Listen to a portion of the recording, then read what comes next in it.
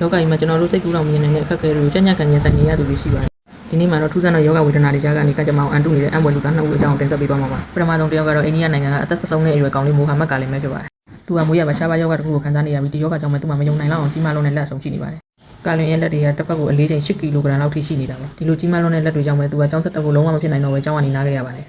ပိုပြီးစိတ်မကောင်းစရာကောင်းတာတစ်ခုကတော့အခုထက်ထိလည်းသူ့ရဲ့လက်တွေကဆက်လက်ကြီးထွားနေစေဖြစ်ပါတယ်